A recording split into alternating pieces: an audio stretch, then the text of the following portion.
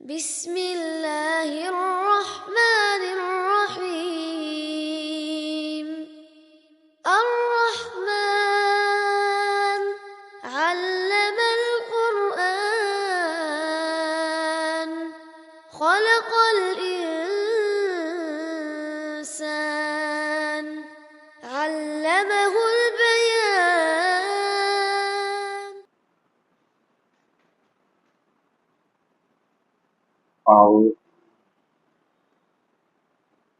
أعوذ بالله من الشيطان الرجيم.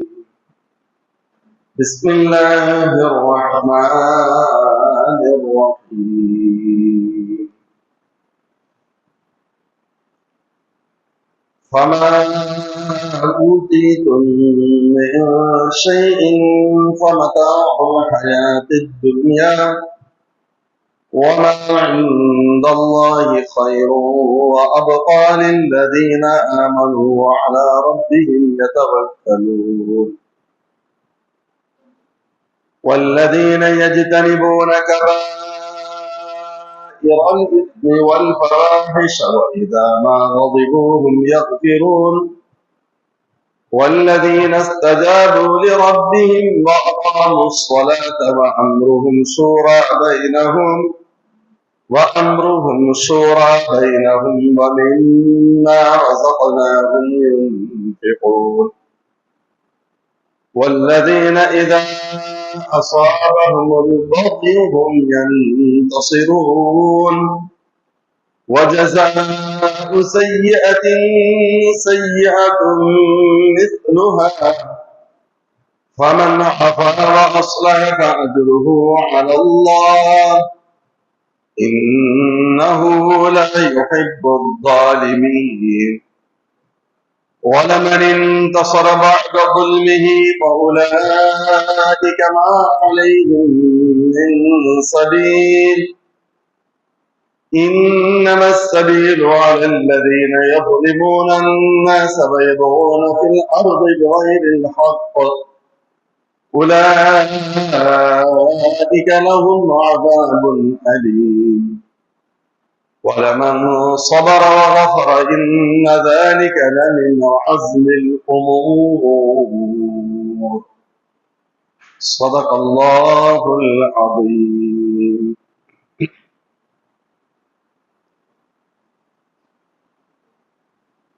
அல்லாஹ் நல்லடியார்களே, அல்லாஹ் ஜல்ல ஷானஹு வ தஆலாவின் பேரருளால் அஷ்ஷூரா அத்தியாயத்தின் 36வது வசனத்திற்கான விளக்கத்தை நாம் கடந்த வாரம் பார்த்தோம். ஃபமா ஊதீதும் மின் ஷைஇன் ஃபமதாஉல் ஹயாத்தித் துன்யா. நீங்கள் என்ன கொடுக்கப்பட்டாலும் இந்த உலகத்தில் அவை இந்த உலகத்தின் அற்ப பொருளை தவிர வேறல்ல. வமா இந்தல்லாஹி ഖൈറുம் வஅபகா. அதே சமயத்தில் அல்லாஹ்விடத்தில் இருப்பது அதுவே சிறந்ததும் நிரந்தரமானதுமாகும். லில்லதீன ஆமனு, மோமின்களுக்கு அல்லாஹ் ஜல்ல ஷானஹு வ தஆலா இவற்றை வைத்திருக்கிறார். மோமின்களுக்காகவும் வஅலா ரப்பிஹிம் யதவக்கலூன், நாளை அல்லாஹ் மீது மட்டுமே தவக்குல் வைக்கக்கூடிய மக்களுக்காக அல்லாஹ் நாளை மறுமையில் எதை சேமித்து வைத்திருக்கின்றானோ அது சிறந்ததும் நிரந்தரமானதுமாகும் என்ற வசனத்திற்கான விளக்கங்களை அல்லாஹ் அருளால் நாம் பார்த்தோம். அதன் மூலம் இந்த உலகத்தில் எவ்வளவு பெரிய வசதி வாய்ப்புகள் கொடுக்கப்பட்டாலும், புறப்பார்வையில் எவ்வளவு பெரிதாக தெரிந்தாலும், ஆனால் அதை கண்டு நீங்கள் ஏமாந்து விட வேண்டாம் என்று அல்லாஹ் கூறியதோடு, இவைகள் இந்த உலகத்தினுடைய சாதாரணமான அற்ப பொருட்கள் தான். கொஞ்ச நாளைக்கு இருக்கும், அது நீங்கிவிடும். அதே சமயத்தில் ஈமானுடையவர்களுக்கும் அல்லாஹ் மீது தவக்குல் வைக்கக்கூடிய நன்மக்களுக்கு நாளை மறுமையில் அல்லாஹ் தரக்கூடியது, அல்லாஹ் கண்டிப்பாக தருவானே, அதுதான் சிறந்தது, அதுதான் நிரந்தரமானது. இந்த உலகத்தில் நீங்கள் கொடுக்கப்பட்ட பொருள் சிறந்ததும் அல்ல, நிரந்தரமானதும் அல்ல, அதுவே சிறந்ததும் நிரந்தரமானதுவா. ஆனால் இதை புரிவதற்கு எல்லோருக்கும் அதை விளங்குவதில் சிரமம் இருக்கும். அல்லாஹ் ஜல்ல ஷானஹு வ தஆலா ஈமானையும் இறையச்சத்தையும் அடங்கியிருக்கக்கூடிய மக்களுக்கு அவற்றை புரிவதற்குண்டான தௌஃபீகையும் அல்லாஹ் தருவார். மூமின்களே, அல்லாஹ் ஜல்ல ஷானு வ தஆலா நாளை மறுமையில் நமக்காக அவன் தயாராக வைத்திருக்கக்கூடிய பொருள்தான் சிறந்தது என்பதை சொல்கின்ற பொழுது யாருக்கு என்பதை அல்லாஹ் சொல்கிற நேரத்தில் லில்லதீன ஆமனு, ஈமான் கொண்ட மக்களுக்கு என்று அல்லாஹ் சொல்றான். எல்லோருக்கும் அல்ல, மூமின்களுக்கு.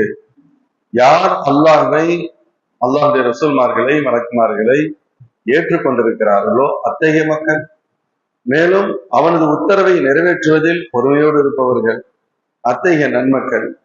இரண்டாவது அவர்களுடைய பண்பு அலா ரப்பிஹிம் யதவக்கலூன், தங்களுடைய ரப்பின் மீது மட்டுமே அவர்கள் தவக்குல் வைப்பார்கள்.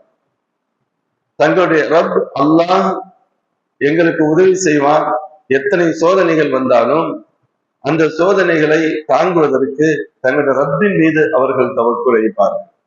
இந்த சோதனைகள் எல்லாம் ஒரு நேரத்தில் நீங்கிவிடும், இறைவனின் பேரொருள் எங்களுக்கு கிடைக்கும் என்ற நம்பிக்கை அவருடைய உள்ளத்தில் ஆழமாக இருக்கும். அப்படியானால் யாருடைய உள்ளத்தில் ஈமான் இருக்கிறதோ அந்த ஈமான் தான் சிரமங்களை தாங்கிக் கொள்ளக்கூடிய அந்த பொறுமையை தரும். மேலும் அந்த பொறுமையை கொடுப்பதற்கு உதவியாக இருக்கக்கூடியது அல்லாஹ் மீது நமக்கு இருக்கக்கூடிய தவக்குல். எந்த அளவிற்கு அல்லாஹ் மீது நமக்கு இருக்கக்கூடிய தவக்குல் இருக்கிறதோ அந்த அளவிற்கு கடமையானவர்களை நிறைவேற்றுவதிலும் சரி, தடை செய்யப்பட்டவைகளை விலகி இருப்பதிலும் சரி அல்லாஹின் பேரொருள் நமக்கு கிடைக்கும் என்பது பொருள். திரும்பவும் சுருக்கமாக சொன்னால், நாளை மறுமையில் அல்லாஹ் வைத்திருக்கக்கூடிய அந்த சிறந்ததும் நிரந்தரமானதுமான உயர்ந்த நியாமத்துகள் யாருக்கு சொந்தம்? மோமின்கள். அல்லாஹின் மீது மோமின்களுக்கும் அவர்களுடைய பண்புகளாக அல்லாஹ் சொல்வது, முதல் பண்பு அவர்கள் அல்லாஹ் மீது தவக்குல் வைத்திருப்பார்கள். ஏன் அல்லாஹ் இதை சொல்றான்? மனிதர்களுக்கு மனிதர்கள் அந்த தவக்குலுடைய ஸ்டேட்டஸ் மாறிக்கொண்டே இருக்கும். ஒரு பெரிய வசதியான நபர், அவருடைய அந்த தவக்குல் தன்னுடைய வசதியின் மீது இருக்கும். என் பொருளாதாரம் என்னை பாதுகாத்துவிடும் என்று கருதுவார். ஒரு பெரிய பதவியில் இருப்பவர், என்னுடைய பதவி என்னை பாதுகாத்துவிடும் என்று கருதுவார். நிறைந்த மக்கள் செல்வம் உள்ளவர், என் பிள்ளைகள், என் மக்கள் என்னை பாதுகாத்து விடுவார்கள் என்று கருதுவார். நிறைய தொண்டர்கள் உள்ள தலைவர், என் தொண்டர்கள் என்னை பாதுகாப்பார்கள் என்று கருதுவார்கள். யார் யாரிடத்தில் எது சற்று கூடுதலாக இருக்கிறதோ அதன் வழியாக தங்களுக்கு உதவி கிடைக்கும் என்ற நம்பிக்கை மனிதர்களுக்கு இயல்பாக ஏற்படும். ஆனால் ஒரு மோமின், உண்மையான முத்தவக்கீல், அவர் இந்த துணை சாதனங்கள், இந்த காரண பொருட்கள், இவற்றின் மீது அவருக்கு அந்த தவக்குல் இருக்காது. என்னுடைய வசதி என்னை பாதுகாக்கும், என் அந்தஸ்து என்னை பாதுகாக்கும், என் பதவி என்னை பாதுகாக்கும், என் பட்டம் என்னை பாதுகாக்கும், என் மக்கள் என்னை பாதுகாப்பார்கள், இப்படியெல்லாம் இதனால் எனக்கு உதவி கிடைக்கும் என்று அவர் நம்ப மாட்டார். என் ரப்பு எனக்கு உதவி செய்வார், அந்த தவறு, என் ரப்புடைய கருணை எனக்கு கிடைக்கும், என் ரப்பு இன்றிலே ஆனாலும் நாளை அவனுடைய பேருதவி எனக்கு கிடைக்கும், என் ரப்பு எல்லா ஆற்றலும் மிக்கவன், அவன் நாடினால் எனக்கு ஒரு சில வினாடிகள் எத்தகைய உதவியை செய்ய முடியும் என்ற அபாரமான நம்பிக்கை அவர்களுக்கு அல்லாஹ் மீது இருக்கும். அதனால்தான் அல்லாஹின் திருத்துதர் ஸல்லல்லாஹு அலைஹி வஸல்லம் ஹதீஸில் சொல்வார்கள், லவ் அன்னக்கும் தத்தவக்கலூன அலல்லாஹி ஹக்கா தவக்குலி, நீங்கள் அல்லாஹ் மீது உங்களுக்கு இருக்க வேண்டிய அளவிற்கு தவக்குல் இருந்தால், இருக்கிறது, எல்லாரும் இருக்கிறது, வைத்திருக்கிறோம், அல்லாஹ் எனக்கு உதவி செய்வான், அப்பதான் நம்ம சொல்றோம். ஸல்லல்லாஹு சொல்றாங்க, இருக்க வேண்டிய அளவிற்கு ரப்பின் மீது தவக்குல் உங்களுக்கு இருந்தால், லரஸகக்கும் கமா யர்ஸுகுத் தய்ர், பறவைகளுக்கு உணவளிப்பதை போன்று அல்லாஹ் உங்களுக்கும் கொடுப்பான். தகுது ஹிமாசன் வ தரூஹு பிதானா, காலி வயிறோடு காலையில் செல்கிறது, வயிறு நிரம்பிய நிலையில் மாலையில் திரும்புகிறது. ஸல்லல்லாஹு உங்களுக்கும் தவக்குல் இருந்துச்சுன்னா இன்னொரு ஆயத்துல ஒரு இதுல வரும், வகஅய்யின் மின் தாபத்தின் லா தஹ்மிலு ரிஸ்கஹா அல்லாஹ் யர்ஸுகுஹா வ இய்யாக். அல்லாஹ் இந்த உலகத்தில் படைத்திருக்கக்கூடிய இதர ஜீவராசிகள் தங்களுடைய உணவுகளை தங்களுடைய முதுகில் சுமந்து கொண்டு செல்வதில்லை. மேய்ச்சலுக்காக செல்லக்கூடிய மாடுகள் தங்களுடைய உணவை அது எடுத்துச் செல்வதில்லை, ஆடு தங்களுடைய உணவை எடுத்துச் செல்வதில்லை. இறைவனை நம்பி அவைகள் செல்கின்றன, காலி வயிறோடுதான் சென்றது, ஆனால் மாலையில் திரும்புகின்ற பொழுது வயிறு நிரம்பிய நிலையில் திரும்புகிறது. ஸல்லல்லாஹு சொல்றாங்க, உங்களுக்கு அல்லாஹ் மீது இருக்க வேண்டிய அளவிற்கு தவக்குல் இருந்தால் என்ன கிடைக்கும்? பறவைகளுக்கு அல்லாஹ் ரிஸ்க் அளிப்பதை போன்று உங்களுக்கும் கொடுப்பான். அதனாலதான் அல்லாஹ் மீது நாம் வைக்கக்கூடிய தவக்குல், அதற்கு அல்லாஹ்விடத்தில் நமக்கு கிடைக்கக்கூடிய மரியாதை, அல்லாஹ்வின் தரப்பில் நமக்கு கிடைக்கக்கூடிய உதவிகளும் சரி, வேறு எதற்கும் இல்லாத அளவிற்கு அதற்கு உண்டு. ஹதீஸ்ல ஒரு ஆயத்து வரும் அல்லவா, وقالوا حسبنا الله ونعم الوكيل فانقلبوا بنعمة من الله وفضل لم يمسسهم سوء واتبعوا رضوان الله والله ذو فضل عليم والله ذو فضل عظيم. அல்லாஹ் சொல்வான், இது எப்ப நடந்ததுன்னு கேட்டா, உஹது யுத்தத்திற்கு பின்பு ஒரு யுத்தம் நடைபெற வேண்டிய நிர்பந்தம் ஏற்பட்டது. வரலாறு நமக்கு தெரியும், உஹதுல இறுதியாக முஸ்லிம்களுக்கு வெற்றி கிடைத்தது. ஆனால் அதற்கு முந்தைய நிலை சற்று மாற்றமானது. ஆரம்பத்துல 3 விதமான நிலைகள் அங்கே ஏற்பட்டது. ஒன்று, முதல்ல முஸ்லிம்களுக்கு அபார வெற்றி கிடைப்பதை போன்று ஒரு தோற்றம். அப்போ எதிரிகள் சிதறுண்டு ஓடினார்கள். அப்படி அப்படியே பொருட்கள் எல்லாம் போட்டுட்டு போறாங்க. கீழே இருந்த மக்கள் அந்த பொருட்களை எடுக்கவும் செய்கிறார்கள். மோமின்கள் கனிமத்து பொருட்கள் அல்லவா பொறுக்குகிறார்கள். அல்லாஹ்வின் திருத்தூதர் ஸல்லல்லாஹு அலைஹி வஸல்லம் அருகில் இருந்த உஹதின் அருகில் இருந்த ஒரு மலையில் மிக கவனமாக மிக சிறப்பாக அம்பு எய்யக்கூடிய ஆற்றல் மிக்க 50 நபர்களை நிறுத்தி, எந்த நிலையிலும் நீங்கள் திரும்பி வந்துவிட வேண்டாம் நான் சொல்கின்ற வரை என்று அல்லாஹ்வின் திருத்தூதர் ஸல்லல்லாஹு அலைஹி வஸல்லம் நிறுத்தி வைத்திருந்தார். ஆனால் இங்க யுத்தம் நடந்துச்சு, எதிரிகள் ஓடுறாங்க, முஸ்லிம்கள் கனிமத்து பொருட்களை புறக்குகிறார். இப்ப மேல இருந்தவங்கள்ட்ட 2 கருத்துக்கள் ஏற்பட்டது. ஒரு சாரார் சொன்னாங்க, நம்மளும் கீழே போவோம், கனிமத்து பொருட்களை எடுக்கலாம். இன்னொரு சாரார் சொல்றாங்க, பொறுப்பாளர் சொல்றாங்க, இல்ல சொல்லதான் சொல்லியிருக்காங்கல்ல, நான் சொல்லுகின்ற வரை அடுத்த உத்தரவு வர வரைக்கும் நீங்க இங்க இருந்து வரக்கூடாதுன்னு சொல்லியிருக்காங்க, அப்ப நம்ம இங்கதான் இருக்கணும். அதுக்கு இவங்க சில பேர் விளக்கம் சொன்னாங்க, அது யுத்தம் நடக்கிறது வரைக்கும் தானே, யுத்தம் நடக்கிறது வரைக்கும் அந்த சட்டம். இப்ப யுத்தமே முடிஞ்சிருச்சு, இவங்க சொல்றது யுத்தம் முடிஞ்சிருச்சு, எல்லாம் ஓடுறாங்க, கனிமத்து பொருட்கள் பொறுக்கப்படுகிறது, அப்ப நம்ம போறதுல என்ன தப்பு அப்படின்னு சொல்லி ஒரு கணிசமான நபர்கள் கீழே இறங்கிட்டாங்க. இந்த இடத்துல ஹாலித் பின் வலீத் ரலியல்லாஹு அன்ஹு எதிரி படையில இருக்கிறாங்க. அப்போ இஸ்லாத்துக்கு வராத காலம் எதிரி படையில இருக்காங்க. அவங்க இந்த கேப்ப கவனத்துல கொண்டுட்டாங்க, மேல ஆள் இல்லை அப்படின்னு சொல்லி. உடனே என்ன பண்றாங்க, ஒரு பெரிய படையை அந்த மலைப்பக்கமாக கொண்டு வந்து அங்கிருந்து மேலே ஏறி திடீரென்று கீழே இறங்கி ஒரு யாரும் எதிர்பாராத ஒரு ஷாக் ட்ரீட்மெண்ட், கடுமையான ஒரு அட்டாக் நடக்குது. இப்ப முஸ்லிம்கள் நிலைகுறைஞ்சு போயிட்டாங்க.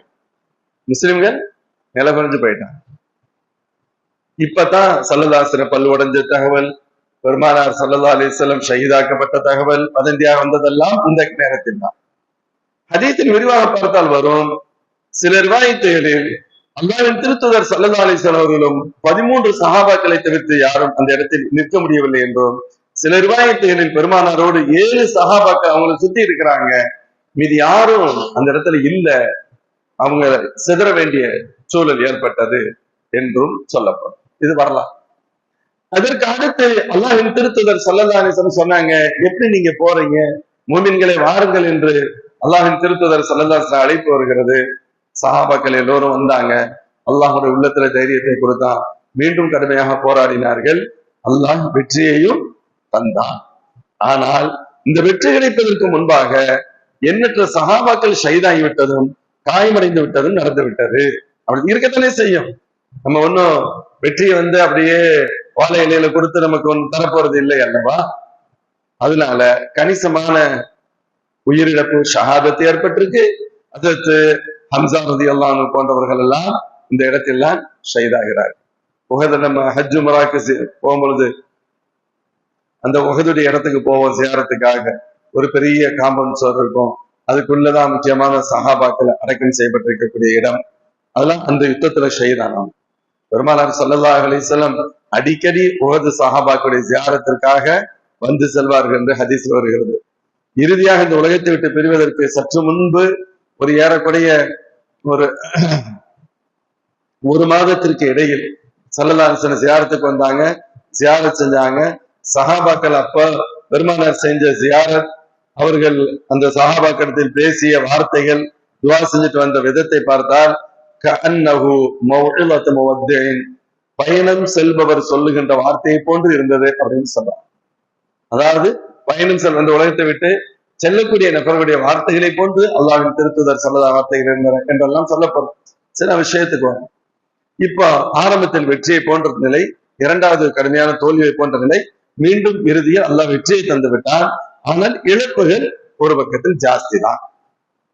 ஷஹாதத் கிட்டத்தட்ட 70 சஹாபாக்கள் மேல ஷஹீதா இருக்கிறாங்க. நிறைய பேரு காயத்துக்கு உள்ளா இருக்கிறாங்க. கவனமா கேளுங்க. இதுக்கு அடுத்து இப்பதான் முடிஞ்சு வீட்டுக்கு வந்திருக்காங்க. உஹதோ மதீனா ஷரீப் ரொம்ப பக்கம், வாக்கபிள் டிஸ்டன்ஸ் நடந்தே வந்துடுறாங்க. வீட்டுக்கு வந்திருக்காங்க.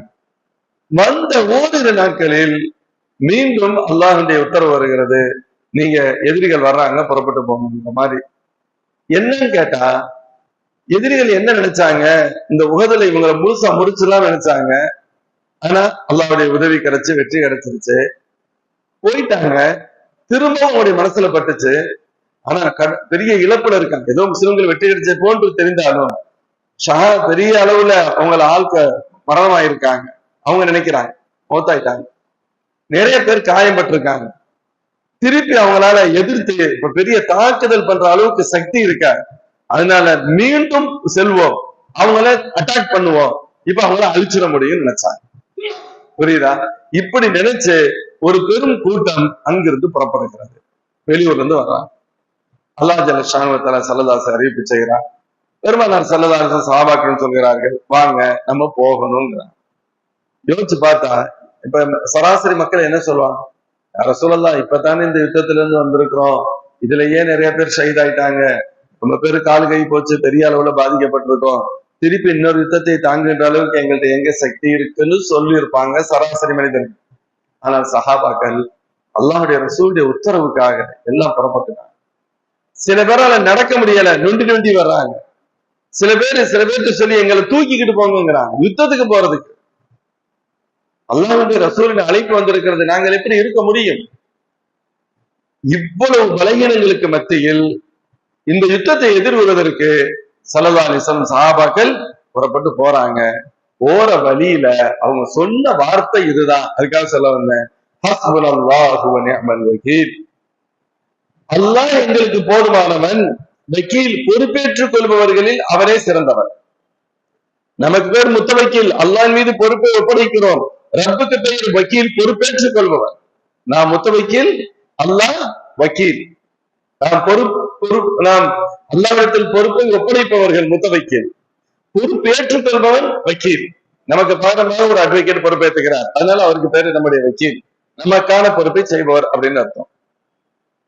வகாலு ஹஸ்புனல்லாஹு வ நிஅமல் வக்கீல், அல்லாஹ் எங்களுக்கு போதுமானவன், பொறுப்பேற்றுக் கொள்பவர்கள் அவனே சிறந்தவன் என்ற வார்த்தை தான் சஹாபாக்கள் சொல்லிக்கொண்டே போகிறார்கள். இப்படி போற வழியில பெரிய அளவுல பெரும் கூட்டம் இங்க இருக்கு. இந்த மக்களை கடந்து சில பேர் போறாங்க, இந்த மக்களை கடந்து சில பேர் போறாங்க.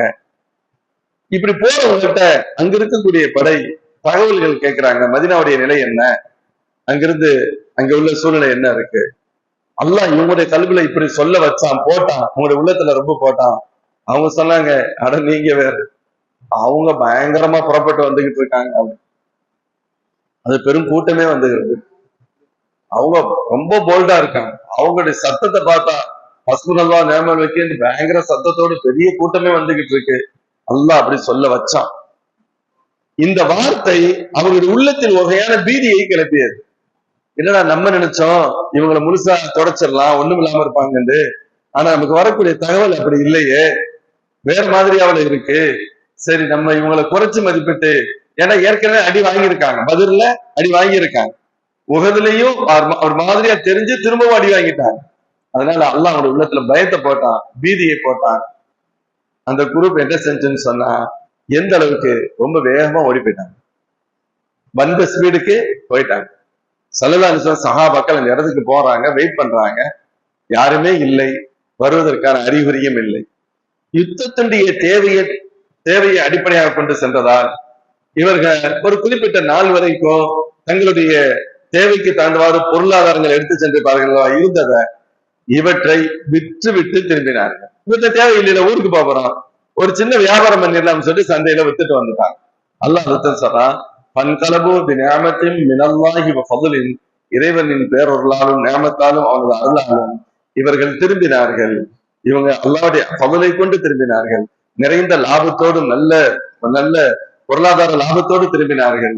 லம் யம்சஸுஹும் சூஉன், அதே சமயத்தில் அவர்களுக்கு எத்தகைய ஒரு சிராய்ப்பு கூட ஏற்படவில்லை, எந்த தீங்கும் ஏற்படவில்லை.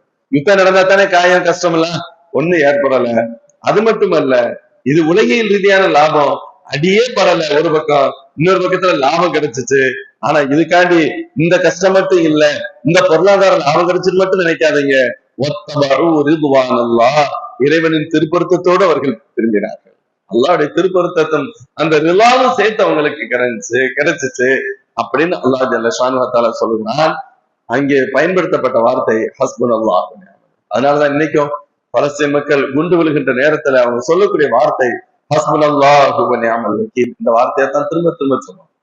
ஹஜ்ரத் ஸல்லல்லாஹு அலைஹி வஸல்லம் கட்டத்தில் சொன்னார்கள், தில்க கலிமத்துன் காலஹா இப்ராஹிம் அலைஹிஸ்ஸலாம் ஹீனமா உல்கிய ஃபின்னார். இந்த வார்த்தை சாதாரணமான வார்த்தை அல்ல, இது இப்ராஹிம் அலைஹிஸ்ஸலாம் அவர்கள் சொன்ன வார்த்தை. எப்பொழுது சொன்ன வார்த்தை? நம்ரூத் அவர்களை நெருப்பில் போட்ட பொழுது சொன்ன வார்த்தை. இதுக்கு அடுத்து என்ன நடந்துச்சு நமக்கு தெரியும். அந்த பயங்கரமான நெருப்பு அந்த நபி அவர்களுக்கு எதுவாக மாறியது? இதமான குளிராக மாறியது. அவ்வளவு பெரிய பவர்ஃபுல்லான ஆற்றல் மிக்க வார்த்தை என்று சொல்லப்படும். அதனால்தான் சொல்லப்படுகிறது, மோமின்கள் அல்லாஹ் மீது எந்த அளவிற்கு தவக்குல் இருக்கிறதோ அந்த அளவிற்கு அவர்கள் உயர்ந்தவர்களாக சிறந்தவர்களாக இருப்பார்கள். பொதுவாக ஈமான் அதிகமாகின்ற பொழுது, நமக்கு ஈமானுடைய கம்சோரி பலகீனம் இருக்கின்ற பொழுதுதான் நம்முடைய பொருளாதாரம் மற்ற வசதி வாய்ப்புகள் பெருசா தெரியும். ஆனா ஈமானுடைய பலம் அதிகமாகின்ற பொழுது, இவரிடத்துல எது இல்லையானாலும், என்கிட்ட காசு இல்லையா, என்னிட்ட காசு இல்லை, என் ரப்பிட்ட இருக்குல்ல, நான் ரொம்ப பலகீனமா இருக்கேன், பிரச்சனை, என் ரொம்ப பலமா இருக்கிறாங்க, எனக்கு எந்த விதமான ஒரு பதவிகளோ அல்லது எனக்கு கீழே பெருசா ஆள்க இருக்காங்கன்னு சொல்றதுக்கு இல்லை, நான் பலகீனமானவன் தான், என் ரப்ப உயர்ந்தவன், எனக்கு பெரிய பெரிய அளவுல பிள்ளைங்கள்லாம் எனக்கு உதவி செய்யற அளவுல இல்ல, சரி பிள்ளைங்க இல்லாம இருக்கலாம், என் ரப்புடைய உதவி அதை விட சிறந்து. இங்க சொல்லப்பட்ட எதுவும் நிரந்தரமானது அல்ல. இவருடைய வசதி சில ஒரு இரவு வயநாடுல இரவோடு இரவாக கோடீஸ்வரர்கள் பிச்சைக்காரராக மாறிட்டாங்க. நடந்துச்சா இல்லை? வசதி ஒரு சில வினாடிகள்ல மாறிடும், பதவி மாறிடும், பிள்ளைங்கள் போயிடலாம், மௌத்தாயிரலாம், வச்சிடலாம், இருந்தாலும் உபயோகம் இல்லாமல் போகலாம், அது வேறு விஷயம்.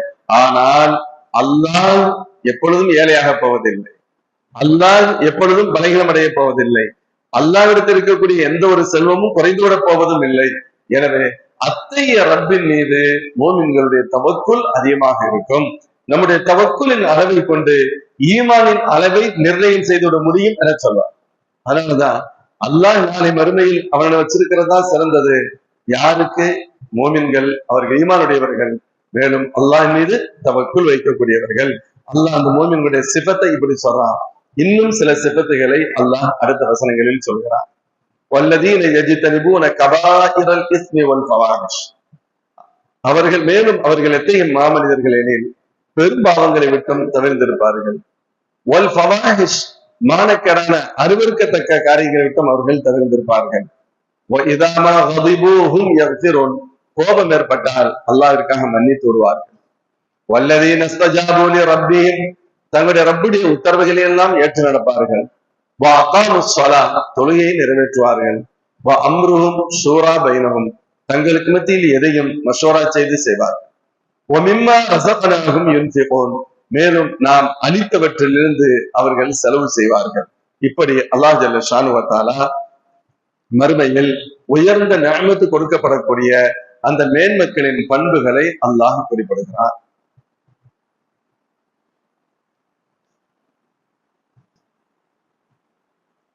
அப்ப அல்லாஹ் அடுத்து அவர்களுடைய பண்புகளை சொல்கின்ற பொழுது, வல்லதீன யஜ்தனிபூன கபாயிரல் இஸ்ம் வல் ஃபவாஹிஷ், அவர்கள் பெரும்பாவங்களை விட்டும் தவிர்த்திருப்பார்கள். பெரும்பாவங்களை விட்டும் தவிர்த்திருப்பார்கள்.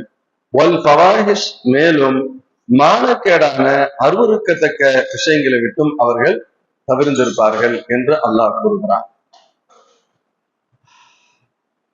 மானக்கேடானது அதே போன்று அருவருக்கத்தக்க விஷயங்கள் அப்படிங்கிறது என்ன அப்படின்னு நம்ம பார்த்தோம் அப்படின்னு சொன்னா, பெரும்பாவங்கள் எது? குர்ஆன்ல அல்லாஹ் ஒரு வசனத்துல சொல்லுவான், இன் தஜ்தனிபு கபாயிர மா துன்ஹவுன அன்ஹு நுகஃபிர் அன்கும் ஸய்யாத்திக்கும் வ நுத்கில்கும் முத்கலன் கரீமா.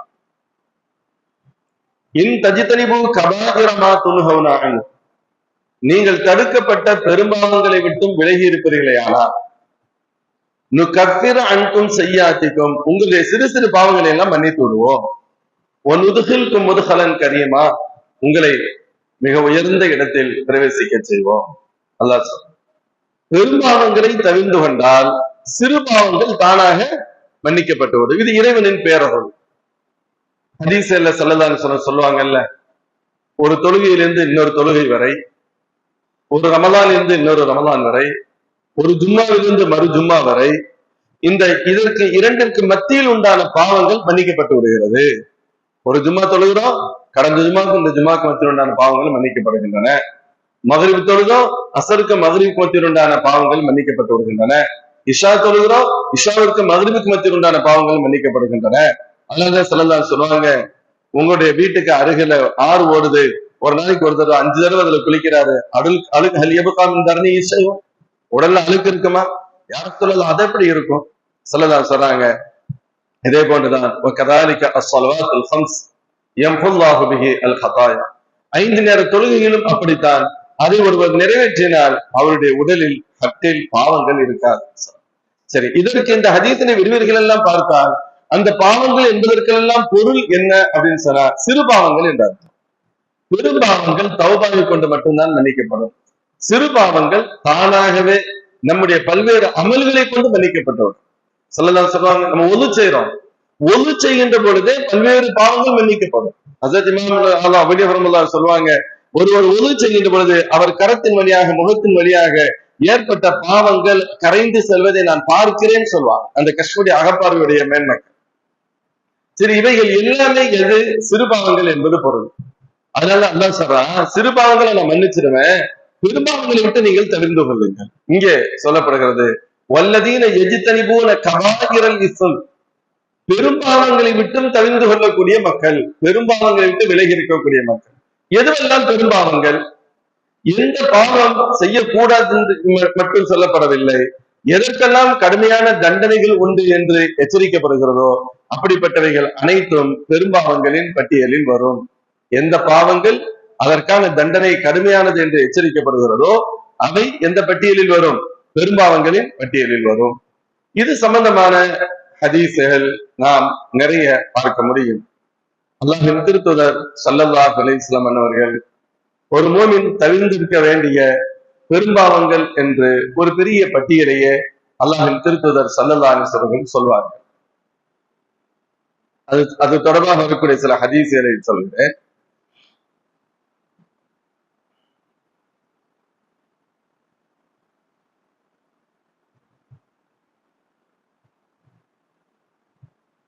ஸல்லல்லாஹு சொன்னாங்க, மாமின் அப்தின் யுஸல்லி அஸ்ஸலவாத்தில் ஹம்ஸ், எந்த ஒரு அடியார் 5 நேர தொழுகையை சரியாக தொழுகிறாரோ, வயசூம ரமலான், ரமலானில் நோன்பு நோக்கிறாரோ, வயுக்ரிஜு ஸகா, ஸகாத்தை சரியாக நிறைவேற்றுகிறாரோ, வயஜ்தனிபு அல் கபாயிர ஸப, 7 பெரும்பாவங்களை விட்டு விலகி இருக்கிறாரோ, இல்லா ஃபுத்திஹத் லஹு அப்வாபுல் ஜன்னah, சொர்க்கத்தின் அனைத்து கதவுகளும் அவருக்காக, அனைத்து வாசல்களும் அவருக்காக திறக்கப்பட்டு, சும்ம கீல லஹு உதுகுல் பிஸ்ஸலாம், வாருங்கள் சலாமத்தோடு பிரவேசியுங்கள் என்று அவர்களுக்கு சொல்லப்படும் என அல்லாஹ்வின் திருத்தூதர் ஸல்லல்லாஹு அலைஹி வஸல்லம் அவர்கள் சொல்வார்கள். அந்த ஹதீஸ்ல 7 பெரும்பாவங்களை விட்டு ஒருவர் அறிந்து கொண்டால் அப்படின்னு திருத்தொடர் ஹதீஸில் ஸல்லல்லாஹு அலைஹி வஸல்லம் தெளிவாகவே சொல்கிறார்கள். அபூ ஹுரைரா அந்த ஹதீஸ் அறிவிப்பார்கள், அன்ன ரசூலுல்லாஹி ஸல்லல்லாஹு அலைஹி வஸல்லம் قال இஜ்தனிபு அஸ்-சபஅல் மூபிகாத், நீங்கள் உங்களை அழித்து விடக்கூடிய 7 பெரும்பாவங்களை விட்டு விலகி கொள்ளுங்கள். கீழே யா ரசூலல்லாஹ் வமாஹுன், சஹாபாக்கள் கேட்டார்கள், யா ரசூலல்லாஹ் எங்களை அழித்து விடக்கூடிய பெரிய பாவங்கள் அது என்ன, அந்த 7 பாவங்கள் என்ன அப்படின்னு கேட்டாங்க. ஸல்லல்லாஹு சொன்னாங்க, அஷ்ஷிருக்கு பில்லா, அஷ்ஷிருக்கு பில்லா, முதலில் அல்லாஹ்விற்கு இணை வைப்பது அப்படின்னு சொன்னாங்க. பெரும்பாவங்களிலும் பெரும்பாவம் ஷிர்க். ஏன்னு சொன்னா எவ்வளவு பெரிய பாவமாக இருந்தாலும் சரி, அதையும் கூட அல்லாஹ் ஜல்ல ஷானு வ தஆலா மன்னிப்பதற்கு வாய்ப்புகள் உண்டு. ஆனா ஷிர்க் மட்டும் அல்லாஹ் என்ன செய்ய மாட்டான், மன்னிக்கவே மாட்டான். இன்னல்லாஹ் லா யக்ஃபிரு அன் யுஷ்ரக பிஹி வ யக்ஃபிரு மா தூன ذلك லிமன் யஷா. அல்லாஹ் ஷிர்க்கை ஒருபோதும் மன்னிக்க மாட்டான். இதர பாவங்களை தான் நாடினால் மன்னிப்பான், மன்னிக்கலாம். அது அவனுடைய விருப்பம் சார்ந்தது. மன்னிக்க வேண்டும் என்ற கட்டாயமும் இல்லை. ஆனால் ஷிர்க்கை மன்னிப்பது இல்லை என்று தனக்கு தானே ரப்பு முடிவெடுத்துக் கொண்டு விட்டார். இதர பாவங்களும் மிகப்பெரியது, மோசமானது, கடுமையானதுதான். அல்லாஹ் அந்த பாவத்தை மன்னிக்காமல் தண்டித்தால் நாம் அழிந்தோம் தான், அதில் மாறுபட்ட கருத்து இல்லை. ஆனாலும் அல்லாஹ் நாடினால் மன்னிக்கலாம். அல்லாஹ் தனக்குத்தானே நான் மன்னிக்க மாட்டேன் என்று உறுதி எடுத்துக் கொண்டது எதுக்கு மட்டும்தான், ஷிர்க். அதனால ஸல்லல்லாஹு அலைஹி வஸல்லம் ஃபர்ஸ்ட் சொல்றாங்க, அஷ்ஷிர்கு பில்லாஹ் வகத்துலுன் நஃப்ஸ் அல்லதி ஹர்ரமல்லாஹு இல்லா பில் ஹக். நியாயமின்றி ஒரு உயிரை கொலை செய்வது அப்படின்னு சொன்னாங்க. நியாயமின்றி ஒரு உயிரை கொலை செய்வது, கொலை குற்றம் அப்படின்னு அர்த்தம் ஷார்ட்டா சொன்னாங்க.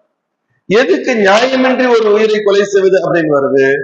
இப்ப ஒரு சில குற்றத்திற்கு மரண தண்டனை கொடுக்கப்பட வேண்டும், அது கொலையாக பார்க்கப்பட மாட்டார். சில குற்றங்களுக்கு மரண தண்டனை கொடுக்கப்படும். ஒரு கொலையாளிக்கு சில சமயத்தில் மரண தண்டனை வழங்கப்படலாம். திருமணம் முடித்த ஒரு விபச்சாரருக்கு ஆணோ பெண்ணுக்கோ மரண தண்டனை வழங்கப்படலாம். இப்படி சில குற்றங்களுக்கு மரண தண்டனை உண்டு. அப்படி மரண தண்டனை நிறைவேற்றப்படுகின்ற பொழுது ஏதோ அவரை கொலை செய்து விட்டார்கள் என்று யாரும் சொல்லிவிடக் கூடாது. அது தண்டனை நிறைவேற்றப்படுது. ஒரு உயிர் போகிறது, மாறுபட்ட கருத்து இல்லை. ஆனால் அது கொலை என்ற பெயர் வருமா? கொலை என்ற பெயர் வராது. நம்ம எப்படி சொல்றது இல்லையில, கொலைங்கிற பெயர் வராது. அதனாலதான் கத்லுன் நஃப்ஸ் அல்லதி ஹர்ரமல்லாஹு இல்லா பில் ஹக். இத கூட ரெண்டா சொல்லுவாங்க.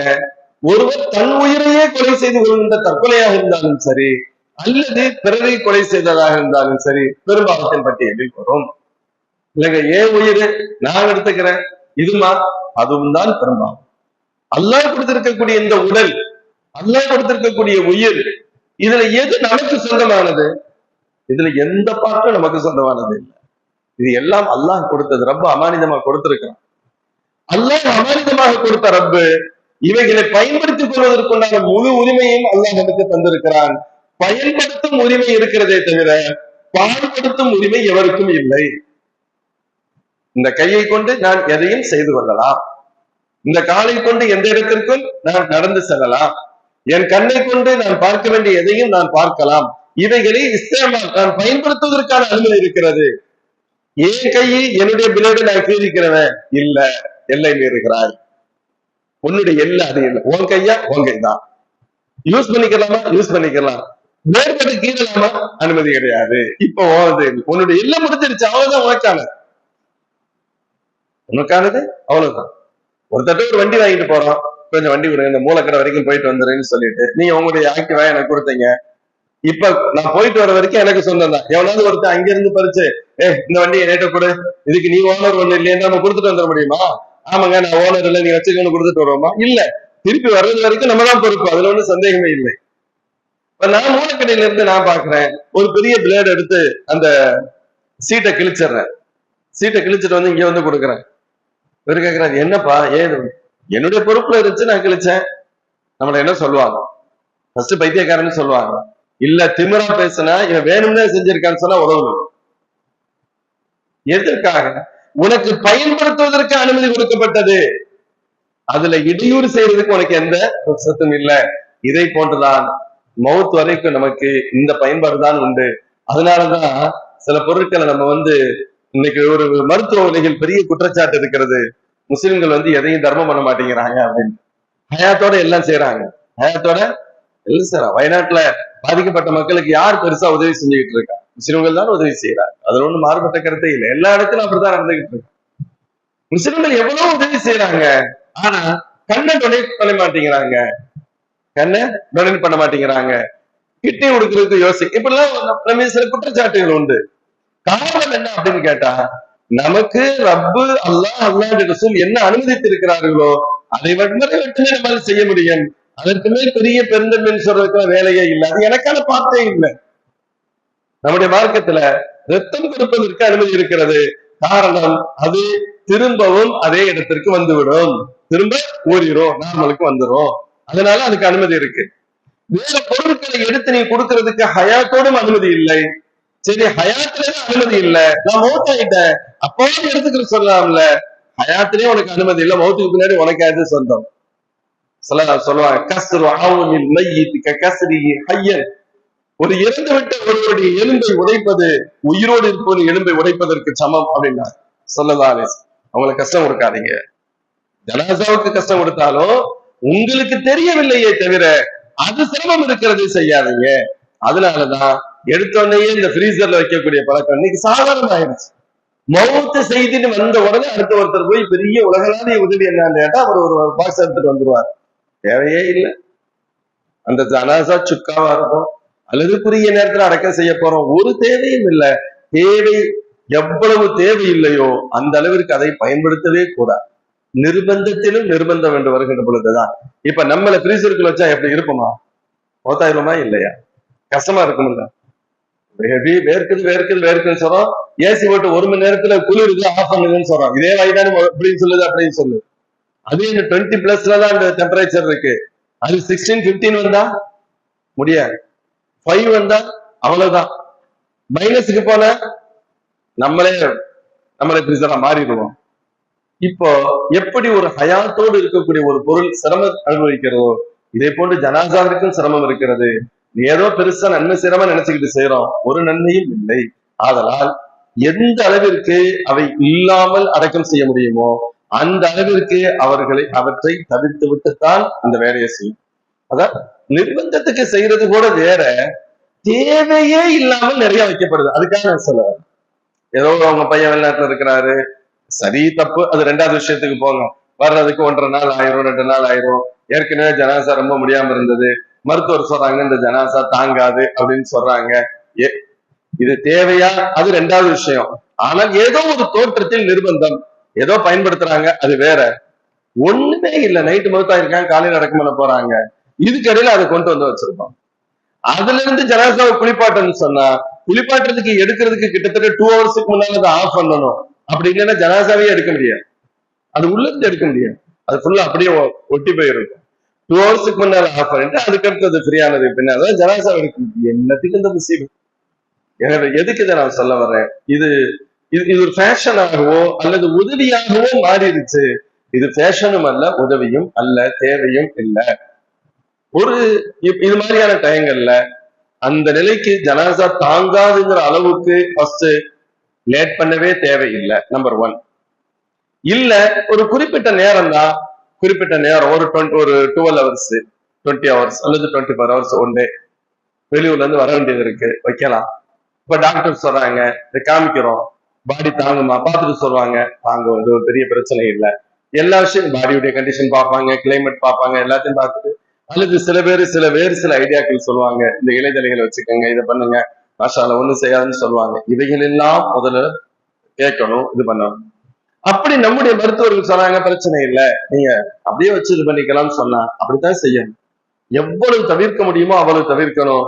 தவிர்க்க முடியாத கட்டத்தில் தான் அதை எடுக்கிறதுக்கு யூஸ் பண்ண வேண்டிய, ரொம்ப நிர்பந்தத்துக்கு நிர்பந்தம் ஏற்பட்டால் செய்யணும். இப்ப ஹாஸ்பிட்டல்ஸ் இருக்கு, ஏதோ விபத்துடைய ஜனாசாக்கள் இருக்கு, எங்கதான் வைப்பாங்க? ஃப்ரீசருக்குள்ளதான் வைப்பாங்க, வேற வழி இல்லை. அது 1 டே ஆகலாம், 2 டேஸ் ஆகலாம், 3 டேஸ் ஆகலாம். அது நம்ம ஒண்ணும் செய்யறதுக்கு இல்லை. நிர்பந்தம், அதுக்கு பேர் தான் நிர்பந்தம். நிர்பந்தம் இல்லாத கட்டத்தில் இதை பயன்படுத்துவது தேவையில்லாது. சரி, எதுக்கு இதை சொல்ல வர்றோம்?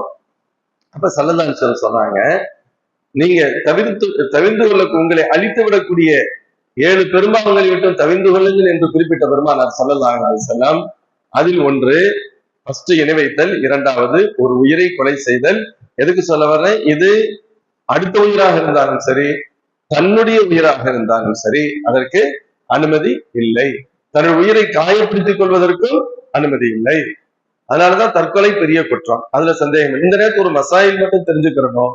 சில பேர் எக்ஸ்ட்ரீம் இன்னொரு பக்கத்துல ஓவர் தற்கொலை பண்ணிக்கிட்டு அவங்களுக்கு ஜனாசா தொழுகையே இல்லை, அப்படி ஒரு சாரார் கிளம்புறாங்க. அதற்கு அது பொருள் அல்ல. ஜனாசா தொழுகை என்பது எதுவரை ஒருவர் முஸ்லிம் என்று முடிவு செய்யப்படுகிறதோ அவர்களுக்கெல்லாம் ஜனாசா தொழுகை உண்டு. முஸ்லிம் என்றால், மோமின் என்றால் ஜனாசா தொழுகை உண்டு. மூமின் ஈமான் இருக்கு, அவ்வளவுதான். அவர் பெரும்பாலும் அது வேறு விஷயம்.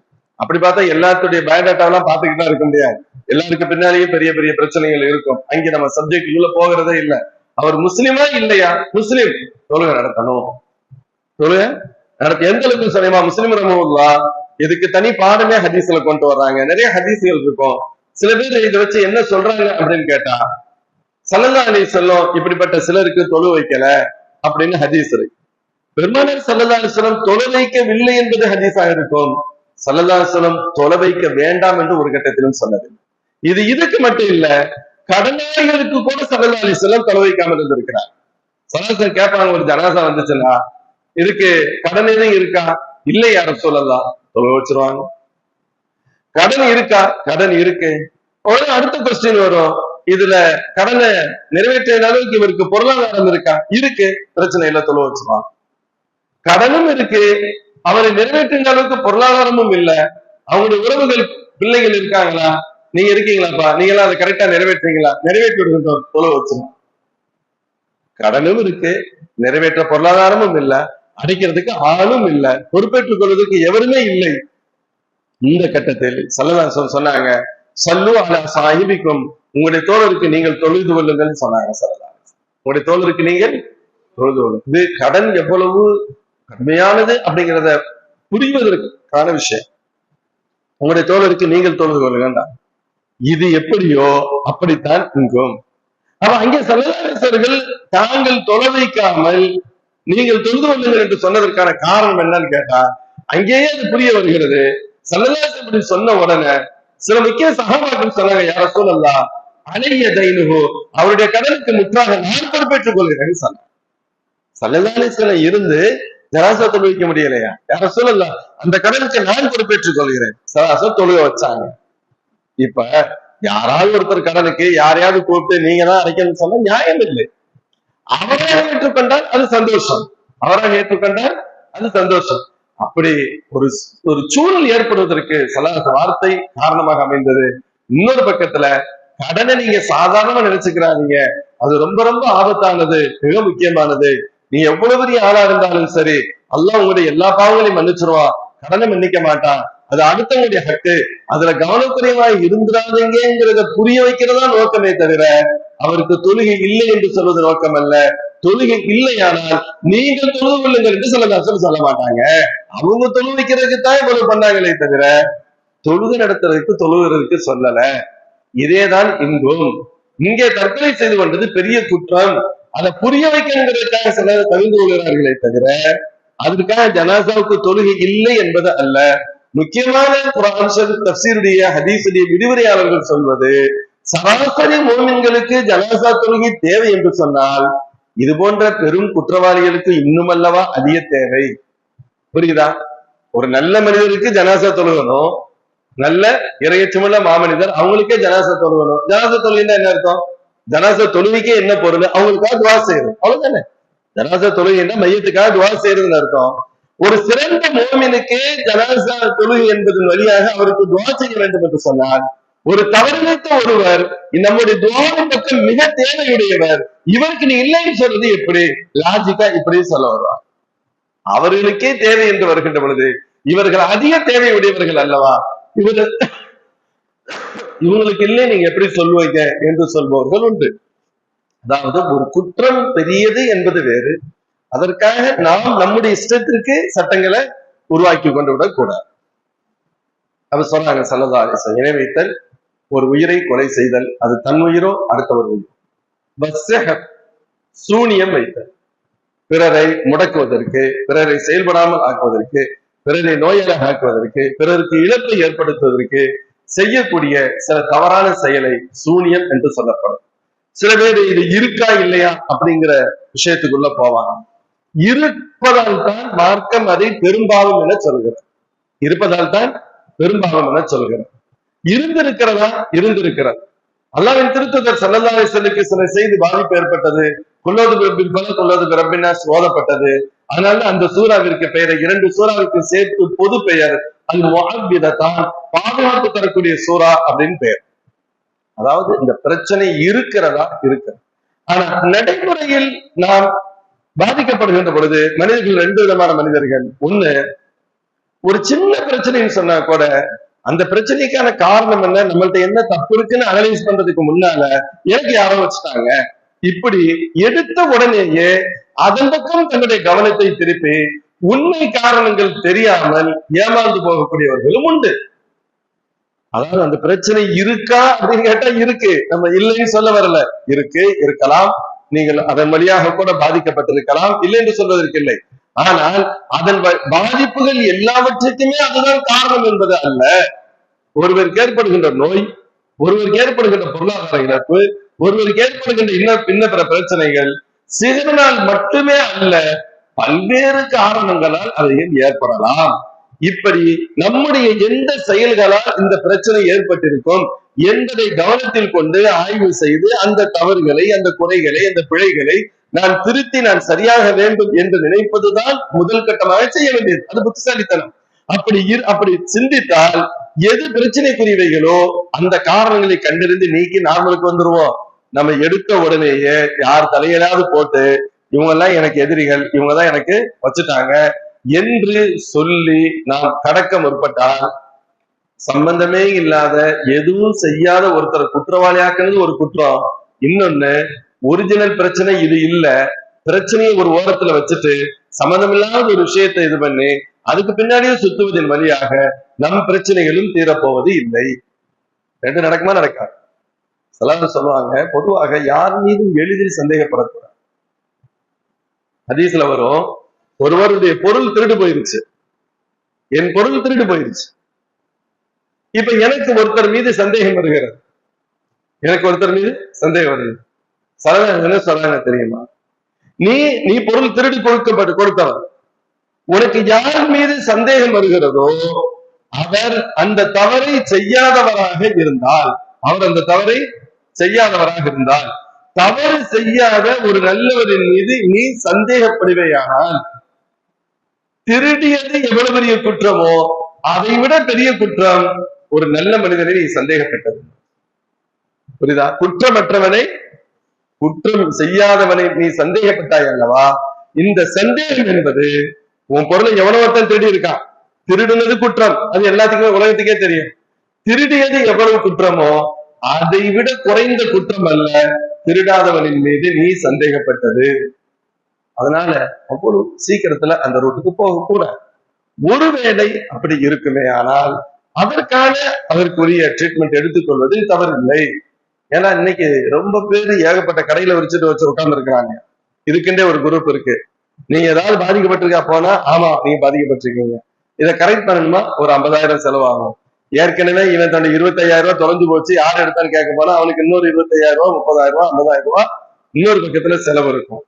அல்லது ஏற்கனவே நொந்து நூலாய் போயிருக்கவனுக்கு வேறு சில பிரச்சனைகள் இருக்கும். இது தவிர்க்கப்பட வேண்டிய உண்மையிலேயே. ஆனா இந்த இப்படி பாதிப்பை ஏற்படுத்த முடியுமா? ஏற்படுத்த முடியும். ஒரு ரூட்டில் பாதிப்பை ஏற்படுத்த முடியுமானால் அதே இன்னொரு நல்வழியான ரூட்டில் அந்த பாதிப்பை அகற்றவும் முடியும். ரெண்டும் இருக்கு.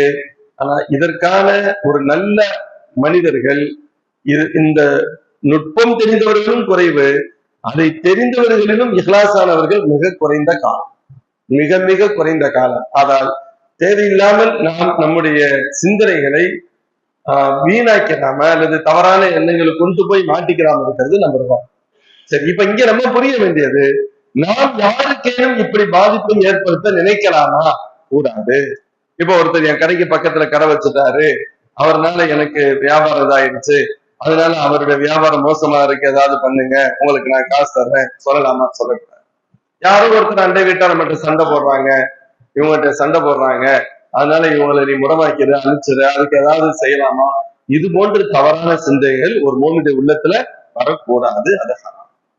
அதுக்கு அடுத்து ரிபா, வட்டி பொருள் சாப்பிடுறது. வட்டிக்கு கொடுத்து சாப்பிடுறது. 100 ரூபாய் கொடுத்துட்டு 110 ரூபாய் வாங்குறது, 1000 ரூபாய் கொடுத்துட்டு 1100 ரூபாய் வாங்குறது, இதற்கு பெயர் வட்டி. அது காசு மட்டுமல்ல, எதுவாக இருந்தாலும் சரி. இன்னைக்கு நான் 100 கிலோ அரிசி தர்றேன், அடுத்த மாசம் எனக்கு 110 கிலோவா தரணும். ஒரு பொருள் அதற்கு நிகரான ஒன்றுதான் பெறப்பட முடியும். அதற்கு நிகருக்கு நிகராக இல்லாமல் அதை விட கூடுதலாக பெறப்படுமானால் அவைகள் அனைத்தும் வட்டி அப்படிங்கிற பட்டியலில் வரும். மார்க்கம் வட்டியை 100% ஹராமாக ஆக்கியிருக்கிறது. ஸல்லல்லாஹு மிக மிக கடுமையாக எச்சரித்திருக்கிறார்கள். வட்டியை விட்டு நீங்கள் முழுமையாக தவிர்த்து கொள்ளுங்கள்.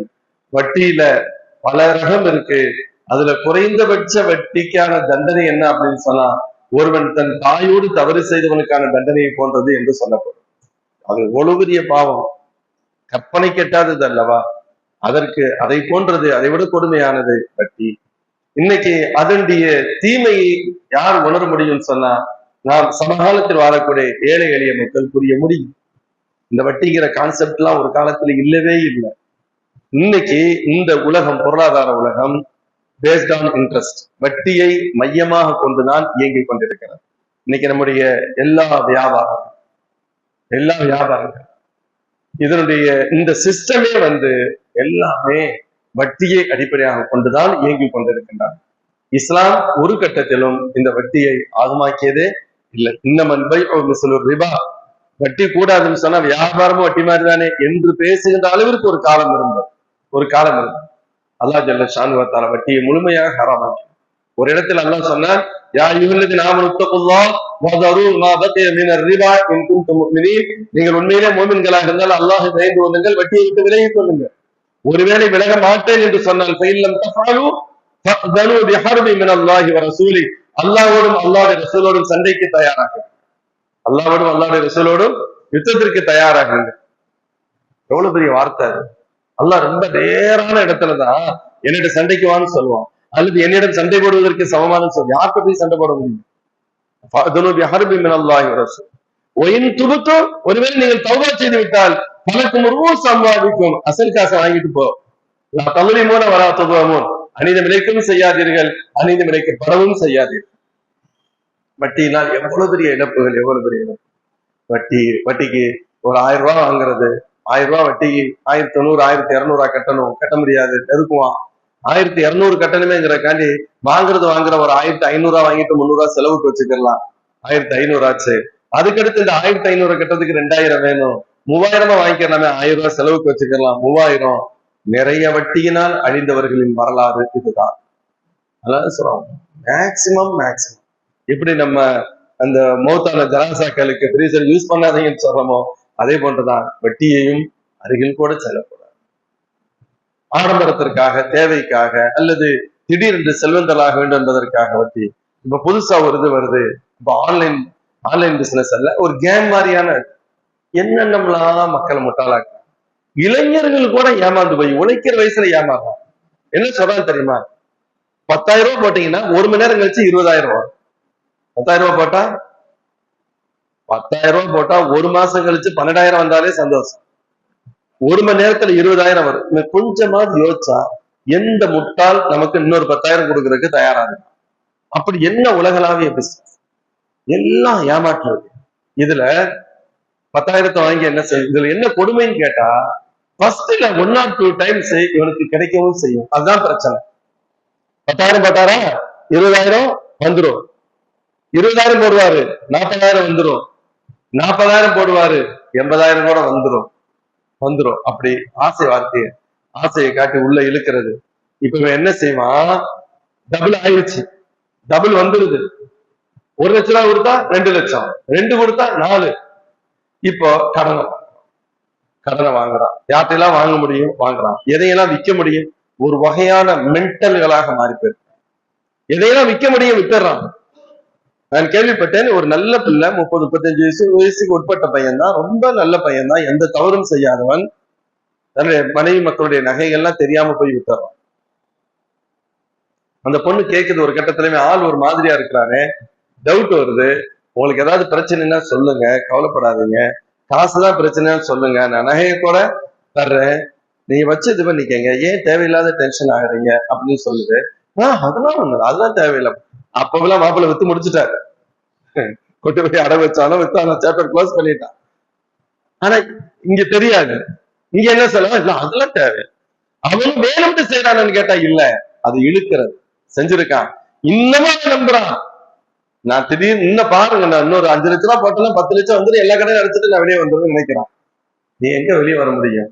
இதுல யார் யாருக்கு எவ்வளவு கடன் வாங்கும் திறன் இருக்கிறதோ, யார் யாருக்கு எத்தனை கிரெடிட் கார்டை யூஸ் பண்ணும் திறன் இருக்கிறதோ அந்த அளவுக்கு அவர்கள் கடனாளியாக மாறினார்.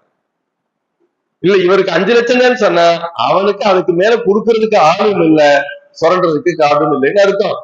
ஒருத்தனுக்கு 1 கோடி ரூபாய் வரைக்கும் ஏமாந்துருக்கான்னு சொன்னா அவனுடைய கெப்பாசிட்டி வாங்குவதற்கும் ஆள் இருந்திருக்கிறது, அதுல இருந்து எடுக்கிறதுக்கு உண்டான வசதியும் அந்த அளவுக்கு அவனுக்கு மேக்சிமம் கெப்பாசிட்டி அப்படி இருந்திருக்குன்னு அர்த்தம். யார் யாருடைய தகுதி எவ்வளவோ அந்த அளவிற்கு அவர்கள் உள்ளே போய் மாட்டி அதாவது சீரழிஞ்சு சின்னாபின்னமாக இருக்கிறார். இதெல்லாம் காரணம் வட்டி. கஷ்டமே இல்லாம சம்பாதிக்கணும், இப்படி கொடுத்துட்டு இப்படி வரும். இன்று பொதுவா இளைஞர்களிடத்துல அப்படி ஒரு வியாதி இருக்கிறது. உழைக்காம நல்ல ஸ்பீடா எதுல சம்பாதிக்கலாம்னு நினைக்கிறாங்க. தேவையே இல்லை, அது சரியாவே வராது. நான் உழைக்க வேண்டும், என் கையினால் உழைத்து ஹலாலான பொருளீட்ட வேண்டும், அல்லாஹ் அதில் எனக்கு பரக்கத்து செய்வான் என்ற எண்ணம் எப்பொழுது வருகிறதோ அப்பொழுது அந்த அந்த ஃபேமிலி சொன்னாங்க, அந்த அந்த அந்த அந்த தம்பி, அந்த பையன் கிட்டத்தட்ட ஒரு 8-10 வருஷமா சரவணா ஸ்டோர்ல கஷ்டப்பட்டு உழைச்சு வேலை செய்யறான். பெரிய அளவுல சம்பளம் இல்லை, ஆனா அப்போலாம் நாங்க நிம்மதியா இருந்தோம், இப்பதான் நிம்மதி போயிடுச்சு. வெறும் 10,000 5,000 என்னத்தையோ கொடுத்துருப்பான்னு வச்சுக்கோங்களேன், அதுல கூட பறக்கத்து இருந்துச்சு, உழைச்ச காசு அமைதியா போய்கிட்டு இருந்துச்சு. யாரோ ஒருத்தன் தெரியாம அதை காமிச்சுட்டான், இவன் அதுக்கு பின்னால போக ஆரம்பிச்சுட்டான். இப்ப அந்த 15-20 ரூபாயும் ஃபேமிலிக்கு போகல, இவனுக்கு தான் கடன் கட்டவே முடியலையே, அதுக்கு மேல கடன் கடன் கடன் கடன். இப்ப போய் அவனை பாதுகாக்க முடியாத சூழலில் இருக்கிறான். அதோட நம்ம மார்க்கம் சொல்லுது, வாக்குலு ரிபா, வட்டி ஹராம், முழுமையான ஹராம். வட்டியை விட்டு நீங்கள் முழுமையாக விலகி கொள்ளுங்க.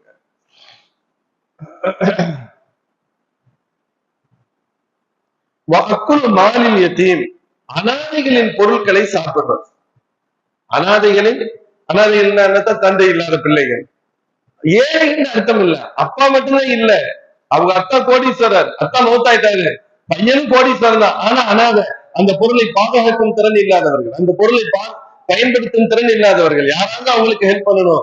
இப்ப சச்சா ஹெல்ப் பண்றாரு, மாமா ஹெல்ப் பண்றாரு, நான் அந்த பையனை பாதுகாக்கிறேன்னு சொல்றாரு, அல்லாஹ் உங்களுக்கு பெரிய சவாப தருவான் ஸல்லல்லாஹு சொல்றாங்க. ஆனா உங்க காக்குலில் யதீம், நானும் அனாதை சிறுவர்களை பராமரிப்பவர்கள் சொர்க்கத்துல இப்படி இருப்போம், பிரிக்கவே முடியாது அப்படிலாம் ஸல்லல்லாஹு சொல்லியிருக்காங்க. அதெல்லாம் ரைட்டு. ஆனால் அதே அனாதை சிறுவர்களை பராமரிக்கின்றோம் என்ற பெயரில் அவருடைய பொருளை சூறையாடி விட்டான், அவன் காசை எடுத்து திண்டுட்டான்னு சொன்னா இது ஏத்துக்கிறப்பட மாட்டாது. பச்சை ஹராம், பெரும்பாவும் அக்குலு மாலில் யதீம்.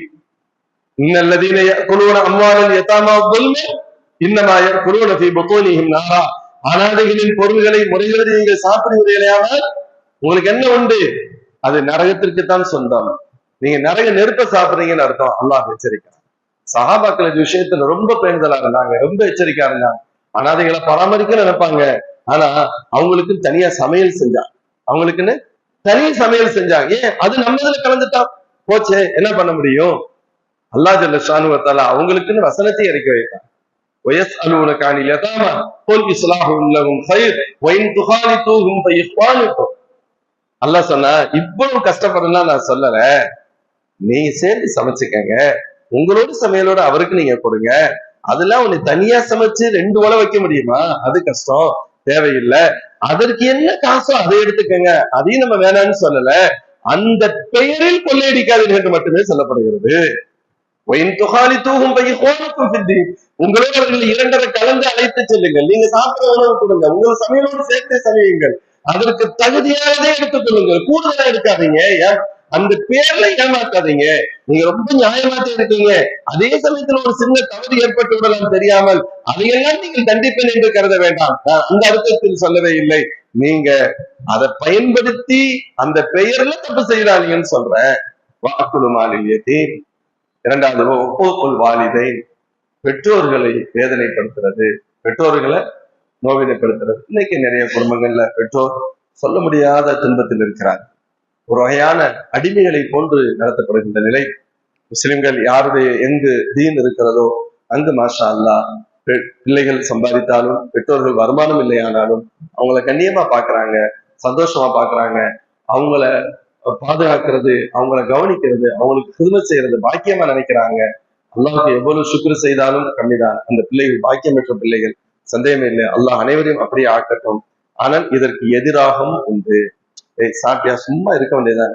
கண்ணிய குறைவான வார்த்தைகள், கண்ணியமற்ற பிஹேவியர், இன்டீசென்டான பிஹேவ் பண்றோம்.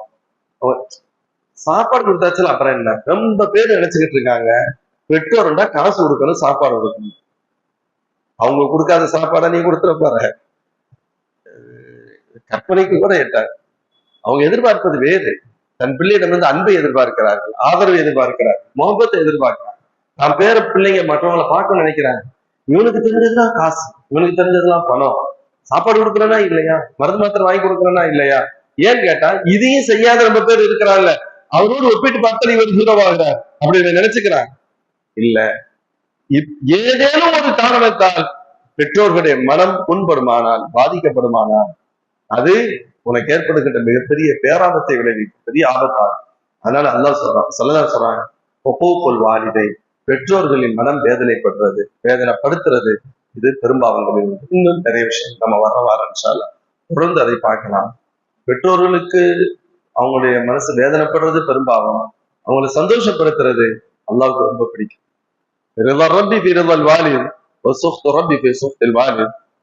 சொல்லுவாங்க, பெற்றோரின் திருப்தியில் அல்லாஹ்வின் திருப்தி, அவர்கள் அதிருப்தியில் அல்லாஹ்வின் அதிருப்தி. பெரிய பெரிய மகான்களின் முன்னேற்றத்திற்கு பின்னால் உண்டான காரணம் எல்லாம் அந்த பெற்றோர்களின் துஆ என்பதை நாம் பார்க்க முடியும். ஹஸரத் ஒரே ஒரு தகவலை மட்டும் சொல்லுவேன். மூசா அலைஹிஸ்ஸலாம் அல்லாஹ்ட்ட துஆ செஞ்சாங்க, யா அல்லாஹ், சொர்க்கத்துல என் கூட யார் கூட்டாளியா இருப்பா கொஞ்சம் சொல்லு. சொர்க்கத்துல எல்லாத்துக்கும் ஒரு கூட்டாளி இருப்பான், சொர்க்கத்துல எல்லாத்துக்கும் ஒரு கூட்டாளி இருப்பான். அல்லாஹ், சொர்க்கத்துல என்னுடைய கூட்டாளியா? அல்லாஹ் ஒரு ஆளை அடையாளம் காமிச்சான், இவரு உங்களுடைய கூட்டாளி அப்படின்னு சொன்னான். இவர் தான் உங்களுடைய கூட்டாளி. அவருடைய அட்ரஸ் ஒரு காமிக்கப்படுது, நபி அல்லவா? அல்லாஹ் சொல். தேடி போயிட்டாங்க. தேடி போய் கரெக்டா போய் பார்த்தா அவர் ஒரு கசாய், கறி வெட்டுறவர், கறி வியாபாரம் செய்ய. இவங்களுக்கு ஒரு சின்ன ஒரு ஒரு அதாவது வருத்தம் அப்படின்னு அர்த்தம் அல்ல, ஒரு ஆச்சரியம். யாரோட ஒரு இறைநேசர் அப்படின்னு காமிக்கப்பட்டிருந்தா அது ஓகே, டக்குன்னு ஈஸியா புரியப்பட்டுரும். ஒரு கசாயி, இவருதான் நம்முடைய நண்பர், அப்ப இவர்கிட்ட எவ்வளவு உயர்வு இருக்குன்னு தெரியலையே அப்படின்னு யோசிக்கலாம். போய் பாக்குறாங்க, அடையாளம் எல்லாம் அட்ரஸ் மாத்தி வரல, அட்ரஸ் எல்லாம் கரெக்டா தான் இருக்கு, நம்பர் எல்லாம் கரெக்ட் தான். சரி, தெரியாத மாதிரி அவர்கிட்ட பேச்சு கொடுக்குறாங்க, வைக்கிறாங்க. அவரோடு ஒரு நட்பை ஏற்படுத்திக் கொள்கிறார்கள். அவரோட அவருடைய வீட்டுக்கும் போறாங்க. அவர் கடையை பிடிச்சிட்டு வீட்டுக்கு போகும்போது வீட்டுக்கு போறாங்க. வீட்டுக்கு போயிட்டா அவர் கொஞ்ச நேரம் இருங்கன்னு சொல்லிட்டு உள்ள போய் யாரோ தொட்டியில படுத்திருக்காங்க, அவங்களுக்கு போய் சும்மா செஞ்சு வச்சுக்கிச்சு எல்லாத்தையும் இது பண்ணிட்டு வர்றாங்க. யார் இது அப்படின்னு கேட்டாங்க. யாரு அது, என்ன விஷயம், யாரு, குழந்தைய? இல்ல, எங்களுடைய தாயார் அப்படின்னு சொன்னாங்க. என்னுடைய தாயார் ரொம்ப வயசாகும் பொழுது அப்படியே ஆளை சுருங்கிடுவாங்கல்ல, அது மாதிரி ரொம்ப இதா தொட்டியில இருக்கு. அப்படியா அப்படின்னு சொல்லிட்டு, நான் பார்க்கலாமா? பார்க்கலாம். பாக்குறாங்க, ஒரு வயசான அம்மா, ரொம்ப பலகீனமா இருக்காங்க. சரி, என்னமோ வாய் முணுமுணுத்துக்கிட்டே இருக்கு. ஏன்னா அவங்க வாய் முணுமுணுக்குதுன்னு சொல்லிட்டு கிட்டத்துல போய் ஹஸரத் மூசா அலைஹிஸ்ஸலாம் காது வச்சு கேட்கிறாங்க. அப்ப அந்த தாயார் வாயிலிருந்து வருது, என் பிள்ளைய இந்த காலத்தின் நபியின் நண்பராக சொர்க்கத்தினை ஆக்கியது. இந்த காலத்து நபியின் நண்பராக மூசா அலைஹிஸ்ஸலாம் இருக்காங்க, அவங்களுடைய நண்பரை என் பிள்ளையை ஆக்கியது. ஏன் என் பிள்ளை எனக்கு அவ்வளவு சிறந்த செய்யறான்? என் பிள்ளை, தாயுடைய துவா இவர்கிட்ட என்ன இருந்துச்சுங்கிறது அல்ல, தாயின் துவா. பல பேர் பெற்றோரின் துவாவால் உயர்ந்தவர்களும் உண்டு, அல்லாஹ் பாதுகாக்கணும். சீரழிந்தவர்களும் உண்டு, அல்லாஹ் தான் பாதுகாக்கணும். சில கியாமத்தினுடைய அடையாளங்களில் ஒன்று, அல்லது கடுமையான சோதனைகளும் முசீபத்துகளும் தண்டனைகளும் கனிவாமின் குத்தியா சில்பு, நூலர்ந்த முத்துக்களை போன்று ஒன்றன் மீது ஒன்றாக சில செயல்களால் தண்டனைகள் வரும். அதில் ஒன்று மனைவிக்கு கட்டுப்படுவது. அதா இம்ரஅத்தஹு வ அக்க உம்மஹு, தாயை கஷ்டப்படுத்துவர். மனைவியை கஷ்டப்படுத்த யாரும் சொல்லவே இல்லை. மனைவியை திருப்திப்படுத்துவதற்காக தாயை கஷ்டப்படுத்திட முடியாது. நம்ம மார்க்கம் ரொம்ப தெளிவாங்க. அதுக்கான யாரையும் கஷ்டப்படுத்த, மனைவியை கஷ்டப்படுத்தலாமா? அவளை எப்படி கஷ்டப்படுத்துவ? எல்லாத்தையும் விட்டுட்டு உனக்காக வந்திருக்கா, அம்மா அப்பா எல்லாத்தையும் விட்டுட்டு, சொந்த வீட்டை விட்டுட்டு வந்திருக்கா, வாசலை விட்டு வந்திருக்கா, அவளை நீ கஷ்டம் கொடுக்கணுமா? ஒருபோதும் கொடுக்கவே கூடாது. ஆனால் அவளை திருப்திப்படுத்துவதற்கு அவன் தாயை கஷ்டப்படுத்த முடியுமா? இவளையே கஷ்டப்படுத்த முடியாது. இந்த உறவு இருக்கலாம், இல்லாமல் போகலாம். ஒரு தலாக்கு நூல் வந்துருச்சுன்னா நாளைக்கு நீ மனைவின்னு சொல்ல முடியாது. ஆனா உம்மா மௌத் வரைக்கும் உம்மா. சில உறவுகள் அழிக்க முடியாத உறவு. மனைவி என்பது அழிக்க முடியாத உறவு அல்ல, கணவன் என்பது அழிக்க முடியாத உறவு அல்ல, தந்தை என்பது, தாய் என்பது, பிள்ளை என்பது, பேரன் என்பது அழிக்க முடியாத உறவு. எனக்கு பிடிக்கலைன்னாலும் பிள்ளை பிள்ளைதான், எனக்கு பிடிக்கலைன்னாலும் என் சாச்சா சாச்சா தான். அந்த உறவை யாராலும் எந்த சக்தியாலும் அழிக்க முடியாது. அப்படின்னு சொன்னா அழிக்க முடிந்த உறவுகளுடைய விஷயத்தில் இவ்வளவு கவனமாக இருக்க வேண்டுமானால் அழிக்க முடியாத உறவுடைய விஷயத்தில் எவ்வளவு எச்சரிக்கையாகவும் பேணுதலாக இருக்க வேண்டும். அதனால்தான் ஸல்லல்லாஹு சொல்றாங்க, உக்கூக்குல் வாலிதைன், பெற்றோர்களை கஷ்டப்படுத்துறது பெரும்பாவங்களில் ஒன்று. சொல்றது தகவல்கள் சொல்வது அதுல நோக்கமல்ல. ஸல்லல்லாஹு அலைஹி தங்களுடைய உம்மத்தினர்கள் இவற்றை விட்டும் தவிர்ந்திருக்க வேண்டும் என்பது கருத்தாகும். இன்னும் நிறைய பெரும்பாவங்களுடைய பட்டியல் சொல்லப்படுகிறது. இன்ஷா அல்லாஹ் நாம் வருகின்ற வாரம் பார்ப்போம். எல்லாம் அல்ல அல்லாஹ் ஜல்ல தஆலா இந்த வசனத்தின் வழியாக அவர்கள் அந்த நல்ல மோமின்களின் அடையாளம் பெரும்பாவங்களை விட்டு விலகி இருப்பார்கள், மானக்கேடான விஷயங்களை விட்டு விலகி இருப்பார்கள் என்று அல்லாஹ் சொல்கிறானே, அந்த பெரும்பாவங்கள் மற்றும் மானக்கேடுகள் எவை எவையோ அவை அனைத்தையும் விட்டு விலகி இருக்கக்கூடிய பாக்கியத்தை அல்லாஹ் நமக்கும் அனைத்து மோமின்களுக்கும் அல்ஹம்துலில்லாஹி ரப்பில் ஆலமீன் வஸ்ஸலாத்து வஸ்ஸலாமு அலா ரசூலிக சய்யிதனா நபியினா மௌலானா முஹம்மதின் ஸல்லல்லாஹு அலைஹி வஸல்லம் ஹக்க கத்ரிஹி வ மிக்தாரிஹி ஸலாத்தன் தாயிமத்தன் பிதவாமி முல்கில்லாஹ். اللهم أنت السلام ومنك السلام وإليك يرجع السلام وحينا ربنا بالسلام وادخلنا برحمتك دار السلام. وتعاليت ربنا وتعلمت وتقدست يا ذا الجلال والإكرام. اللهم أرنا الحق حقا وارزقنا اتباعه وأرنا الباطل باطلا وارزقنا اجتنابه. وصل وسلم على رسولك سيدنا محمد صلى الله عليه وسلم وعلى آله وصحبه أجمعين والحمد لله رب العالمين. صدق الله العظيم.